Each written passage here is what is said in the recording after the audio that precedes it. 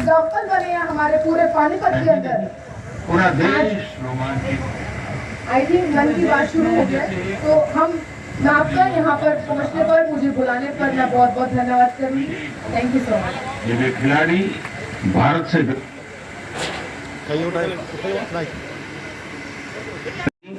INA का एक प्रमुख ठिकाना था।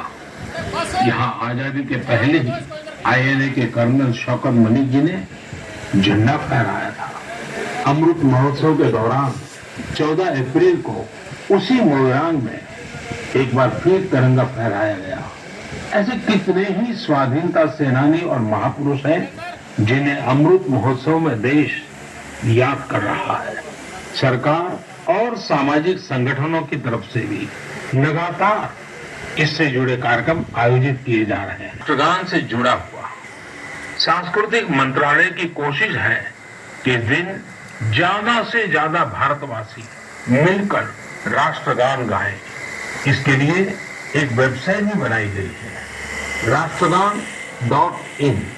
इस वेबसाइट की मदद से आप राष्ट्रगान गाकर उसे रिकॉर्ड कर पाएंगे, इस अभियान से जुड़ पाएंगे। सरकार का कार्यक्रम नहीं, किसी राजनीतिक दल का कार्यक्रम नहीं, यह कोटि कोटि भारतवासियों का कार्यक्रम है। हर स्वतंत्र और कृतज्ञ भारतीय का अपने स्वतंत्रता सेनानियों को नमन है और देश बनाना।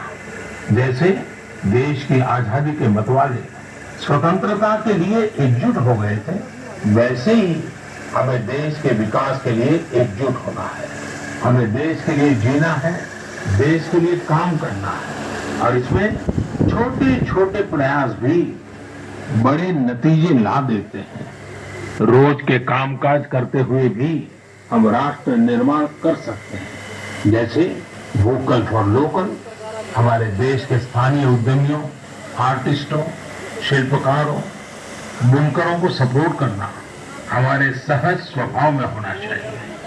7 अगस्त को आने वाला नेशनल हैंडलूम डे एक ऐसा अवसर है जब हम प्रयास पूर्वक भी ये काम कर सकते हैं। नेशनल हैंडलूम डे के साथ बहुत ऐतिहासिक पृष्ठभूमि जुड़ी हुई है। इसी दिन 1905 में स्वदेशी आंदोलन की शुरुआत हुई थी। साथियों, हमारे देश के ग्रामीण और आदिवासी इलाकों में हैंडलूम कमाई का बहुत बड़ा साधन है।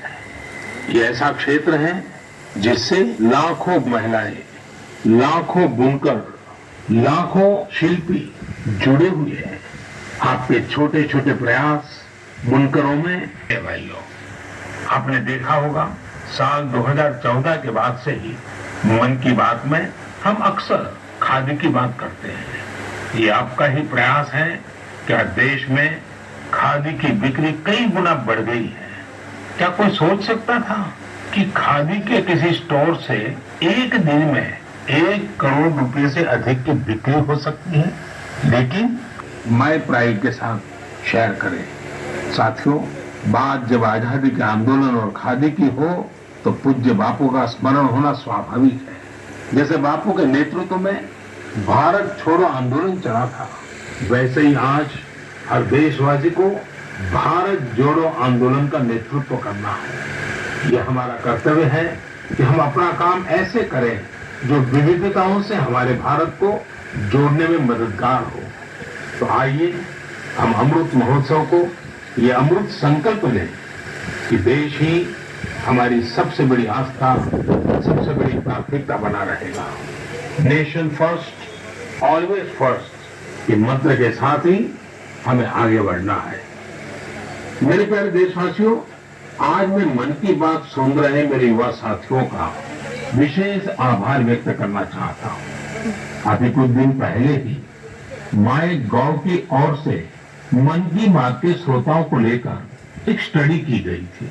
इस स्टडी में ये देखा गया कि मन की बात के लिए संदेश और सुझाव भेजने वालों में प्रमुखतः कौन लोग हैं। स्टडी के बाद ये जानकारी सामने आई कि संदेश और सुझाव भेजने वालों में से करीब करीब 75% लोग 35 वर्ष की आयु से कम के होते हैं। यानी भारत की युवा शक्ति के सुझाव मन की बात को दिशा दे रहे हैं।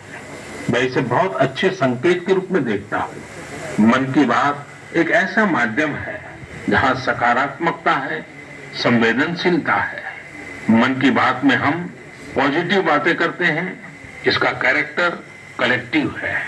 सकारात्मक विचारों और सुझावों के लिए भारत के युवाओं की ये सक्रियता मुझे आनंदित करती है। मुझे इस बात की भी खुशी है कि मन की बात के माध्यम से मुझे युवाओं के मन को भी जानने का अवसर मिलता है। साथियों, आप लोगों से मिले सुझाव ही मन की बात की असली ताकत है। आपके सुझाव ही मन की बात के माध्यम से भारत की विविधता को प्रकट करते हैं। भारतवासियों के सेवा और त्याग की खुशबू को चारों दिशाओं में फैलाते हैं। हमारे मेहनत कश युवाओं के इनोवेशन से सबको प्रेरित करते हैं। मन की बात में आप कई तरह के आइडियाज भेजते हैं। हम सभी पर तो चर्चा नहीं कर पाते, लेकिन जी एक सॉफ्टवेयर इंजीनियर है, आंध्र प्रदेश के रहने वाले। पिछले वर्ष उन्होंने देखा कि उनके यहाँ मौसम की मार की वजह से किसानों को काफी नुकसान उठाना पड़ा था। मौसम विज्ञान में उनकी दिलचस्पी बरसों से थी, इसलिए उन्होंने अपनी दिलचस्पी और अपने टैलेंट को किसानों की भलाई के लिए इस्तेमाल करने का फैसला किया। अब वे